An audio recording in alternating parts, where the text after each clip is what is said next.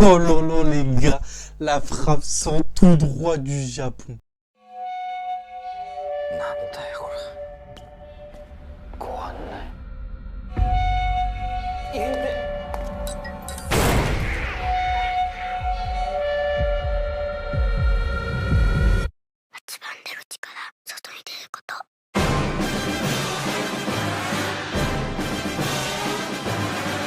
ここから出たい待っている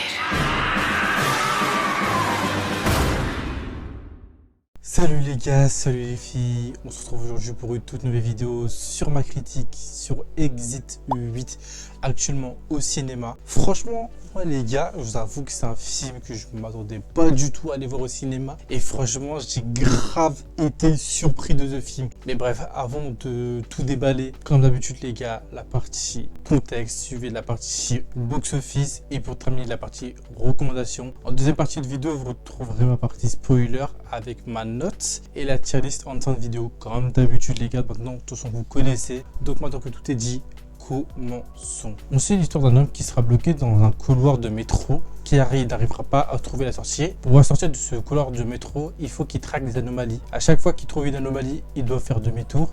Dès qu'il n'en voit pas, il doit continuer. S'il se trompe, il doit tout recommencer à zéro jusqu'à trouver la sortie 8.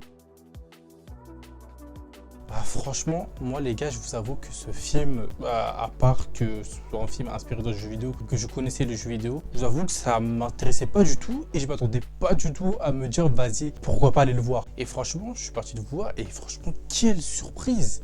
Waouh, waouh. Vraiment le film, j'ai grave kiffé. Vraiment, j'ai grave kiffé parce qu'en vrai, je m'attendais pas que la réalisation du film soit aussi bien. Parce que moi, un des trucs qui m'a grave surpris avec ce film, c'est qu'une partie du film, en tout cas le début, jusqu'à un certain moment, soit tourné en plan séquence. Et ça, je trouve, les gars, c'est tellement fort. En plus, je l'ai déjà répété plusieurs fois sur ma chaîne, que les films tournés en plan séquence, c'est banger, les gars. C'est vraiment un banger, les films tournés en plan séquence. Et juste pour ça, le film, pour moi, il sera tellement au-delà dans la tier list, les gars. Et bref, je vous laisserai de toute façon découvrir la tier list en fin de vidéo. Mais juste le fait que ce soit tourné en plan séquence pendant au moins peut-être 1 heure du film, ça rend le film tellement bien à suivre, tellement bon. Et c'est là que je me dis que franchement, je sais pas comment ils ont fait. Ils ont sûrement dû tourner ça dans un studio ou dans un hangar pour pouvoir à chaque fois faire des allers-retours. Et franchement, là, les gars, juste franchement, c'est fort. Franchement, on va me le dire parce que pour le coup, là, ils ont vraiment fait fort avec ce film. Je trouve quand même que le film réussit vraiment à retranscrire le jeu vidéo. Parce que oui, les gars, comme je l'ai dit au début de vidéo, ce film est inspiré d'un jeu vidéo. Et la catégorie de ce film, c'est une catégorie horreur, épouvante du coup. Et franchement, je trouve que l'horreur tout le long du film, on réussit à la ressentir. Et ça, je trouve que pour le coup, ça c'est vraiment réussi. Parce que je me suis dit qu'en vrai, malgré que le jeu même s'il soit terrifiant, j'avais un peu peur que le film soit un peu moins terrifiant, tu vois. Parce que je connais un certain film du nom de Five Nights at Freddy's où franchement pour le coup là on s'est un petit peu foutu de notre gueule. Mais bref, ça c'est à part. Mais là pour le coup oui, en termes de horreur, on est très bien servi. Après c'est pas vraiment de l'horreur sur...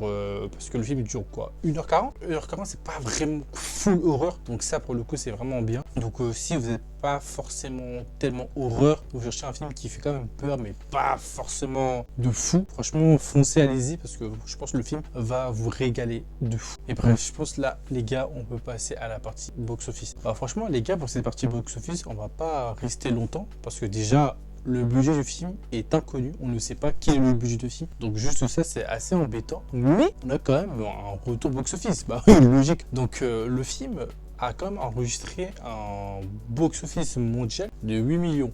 Si je dis pas de conneries, le film, ça doit faire une semaine, voire presque 2 semaines maintenant, avec cette semaine-là, que le film est sorti. À voir si le film réussira à, du coup, à rentabiliser le film, tout simplement. Mais comme, du coup, on ne connaît pas le box-office, pour le coup, je peux pas vous dire réellement si, franchement, le film a cartonné, il a pété, ou c'est un flop de ouf, tu vois. Et du coup, je pense qu'on devra un petit peu attendre avant de savoir si le film est un flop ou si une grosse réussite. Voilà. Donc, je pense, les gars, on peut maintenant passer à la partie recommandation. Franchement, les gars, pour cette partie recommandation, j'ai plusieurs films à vous conseiller dans, en vrai, de la même thématique ou même un peu dans le même genre.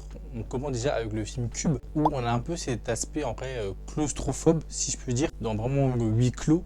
Donc là, pour le coup, franchement, le film Cube, je vous conseille à 100% d'aller le voir. Pour le deuxième film, je vous conseille le film Cohérence, si vous cherchez vraiment un film avec une boucle, comme du coup dans Exit 8, et aussi dans le thème horreur. Franchement, Cohérence, c'est vraiment pas mal. Et comme mon dernier film, là, pour le coup, là, inspiré du coup d'un jeu vidéo, et aussi dans le thème horreur, je vous conseille Silent Hill. Donc voilà. Franchement, les gars, n'hésitez pas à me faire un retour sur ces films-là, me dire ce que vous avez pensé, vous avez aimé ou pas du tout aimé. Ça, franchement, ça m'aidera à savoir si vraiment je réussis à vous conseiller des bons films ou pas. Donc je pense là, les gars, on peut passer à la partie spoiler.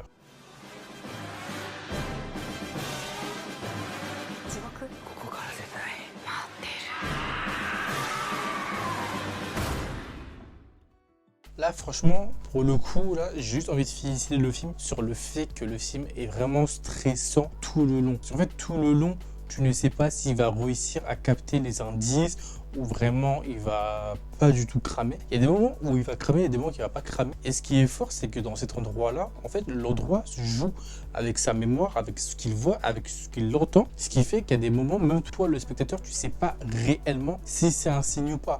Et moi, le truc qui m'a un peu frustré, mais un peu du bon côté, j'étais un peu en mode, mais putain, mais fais pas ça. En fait, ça aurait été moi, en fait, j'aurais tellement fait demi-tour. En fait. Il y a plein de scènes où franchement, tu fais demi-tour, comme la scène avec dans la deuxième partie du film, avec l'homme en blanc, où littéralement, t'es sixième partie de vie du jeu, je crois, au 6e étage, et tu vois des escaliers, et te dis, pour toi, tu te dis que c'est normal. Non, frérot, le jeu te dit que si tu vois une anomalie, tu fais demi-tour.